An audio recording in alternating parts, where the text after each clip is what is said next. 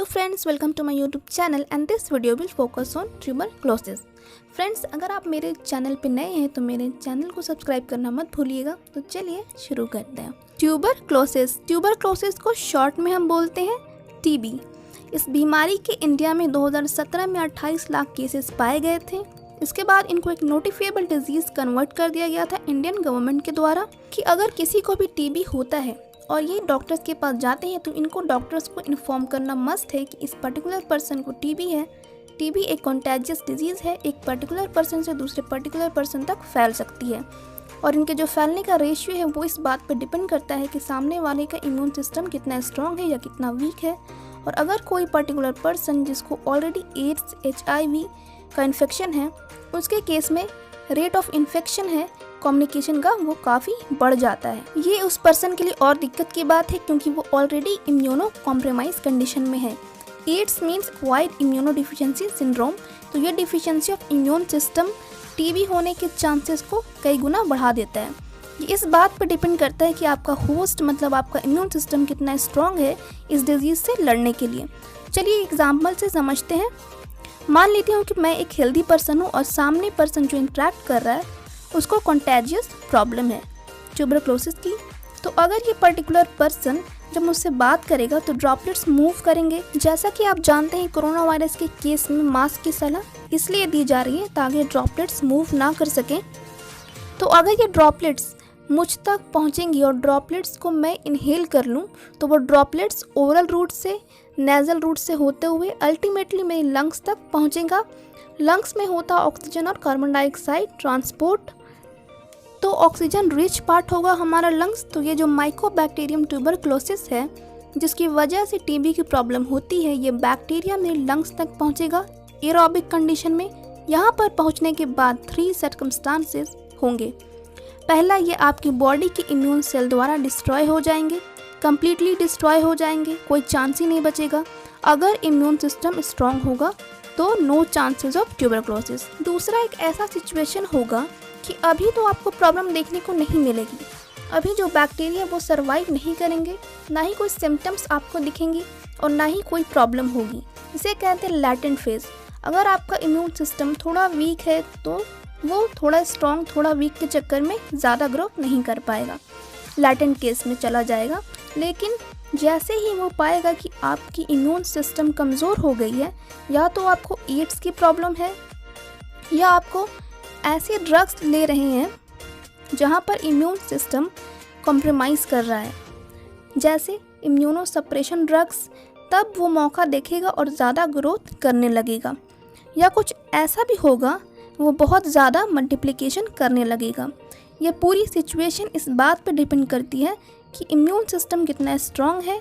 अब देखेंगे first point, tuberculosis chronic granulomatous disease caused by mycobacterium tuberculosis. ये एक ऐसा डिजीज़ है जो कि क्रोनिक कंडीशन में मूव होता है, यानी कि आज अगर आपको नहीं है कल को हो जाए किसी इन्फेक्शन की वजह से, ऐसा नहीं है। इट इज़ अ क्रोनिक, लंबे समय तक चल सकता है और इसका ट्रीटमेंट भी ऐसा नहीं है कि आपने कोई एक गोली खाई कल सुबह तक ठीक हो जाएगा। इसको थोड़ा लंबा टाइम देना पड़ता है, अग्रेस में भी लंबा टाइम और क्योर होने में भी लंबा टाइम लगता है। ये क्रोनिक ग्रैन्युलोमैटस डिजीज़ है। ग्रैन्युलोमैटस मीन्स क्या है? बेसिकली ये एक इन्फ्लामेटरी रिएक्शन के रिस्पॉन्स में, इन्फ्लामेशन को स्टार्ट होने पे जब कभी आपके बॉडी में पैथोजेनिक सब्सटेंस आते हैं, इनसे फाइट करने के लिए हमारी बॉडी की जो इम्यून सेल हैं, खास करके माइक्रोफेज हैं, वो आने लगते हैं और इसके आने के बाद एक घेरा या गुच्छा बनाने लगते हैं। ये मेनली माइकोबैक्टीरियम ट्यूबरक्लोसिस से काउज करता है। माइक्रोबैक्टीरियम का एक और कंडीशन होगा, इसकी वजह से लिप्रेसी होगी। माइक्रोबैक्टीरियम ट्यूबरक्लोसिस एक रॉड शेप का बैक्टीरिया है। ये डिस्कवर किया था रॉबर्ट कॉच ने 1882 में। अब इसका नेचर क्या है? स्लो ग्रोइंग, धीरे धीरे ग्रो करता है।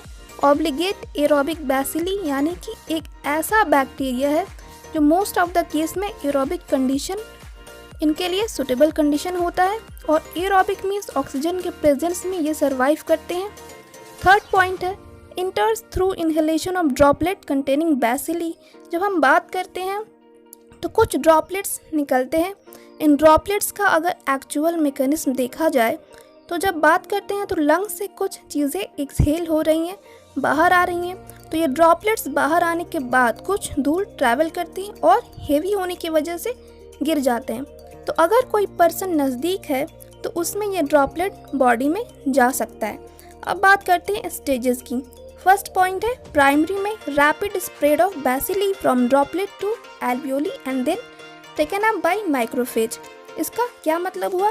फर्स्ट फेज में जब कोई पर्सन बात करता है, ड्रॉपलेट निकलते हैं और ये ड्रॉपलेट हेल्दी पर्सन में जाते हैं तो लंग्स में पहुंचता है और उसके बाद हमारी बॉडी का जो बॉडी गार्ड है, इम्यून सिस्टम है, माइक्रोफेजेस है, वो सब एक्टिवेट हो जाते हैं। तो माइक्रोफेज एक्टिवेट होना शुरू होता है और कोशिश करता है इनको ट्रैप करने की, पकड़ने की।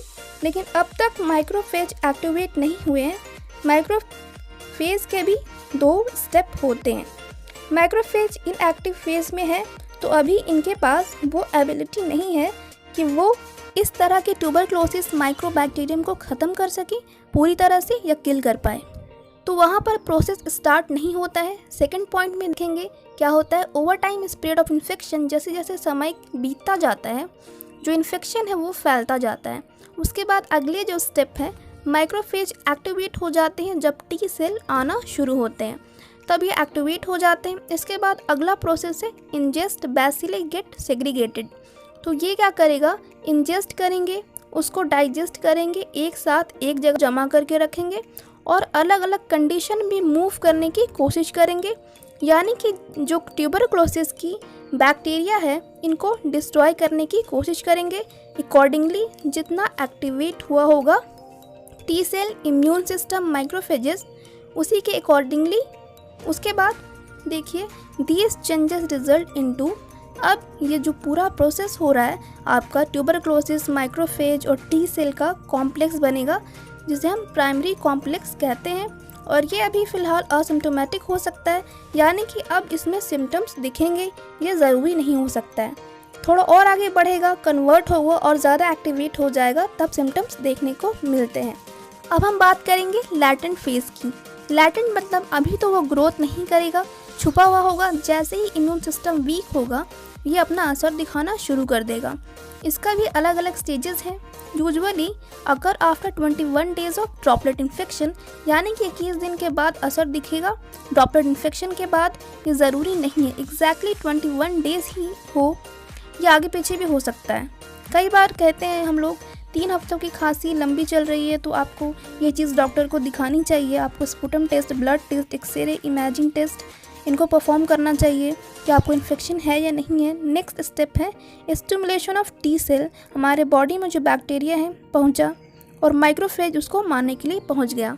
जब टी सेल ये देखता है कि इस बैक्टीरिया को मैंने पहले से आइडेंटिफाई किया हुआ है, अगर इसको इन्फेक्शन है तो टी सेल जाकर और भी माइक्रोफेजेस को इनवाइट करता है। तो ये कहलाता है T cell mediated immune response. T cell इसके लिए रिस्पॉन्सिबल होगा। इस टी सेल के कारण से उसका डिस्ट्रक्शन आगे बढ़ता जाएगा।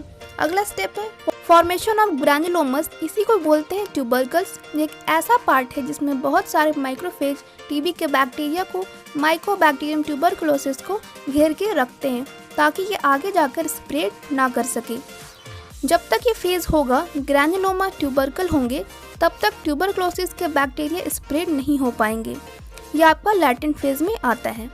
और जैसे ही इम्यून सिस्टम वीक होगा, जो घेरा है, बाउंड्री है, वो टूट जाएगा और आराम से फैल जाएगा। नेक्स्ट है विद इन ट्यूबरकल्स। टीबी के अंदर जो ट्यूबरकल्स बना है इसके अंदर क्या होगा, दे परसिस्ट फॉर एक्सटेंडेड टाइम। अगर टीबी का जो बैक्टीरिया है वो ट्यूबरकल्स के अंदर है, फिक्स है, तो वो लंबे समय तक होंगे और इसके वजह से आपको सिम्टम नहीं दिखेंगे। टेस्ट आपको नेगेटिव आ सकता है। अगर स्किन टेस्ट करते हैं तो थोड़ा बहुत सिम्टम देखने को मिलता है। असिम्टोमेटिक होंगे, सिम्टम नज़र नहीं आएंगे जब तक कि प्रॉपर डायग्नोसिस नहीं की जा सके।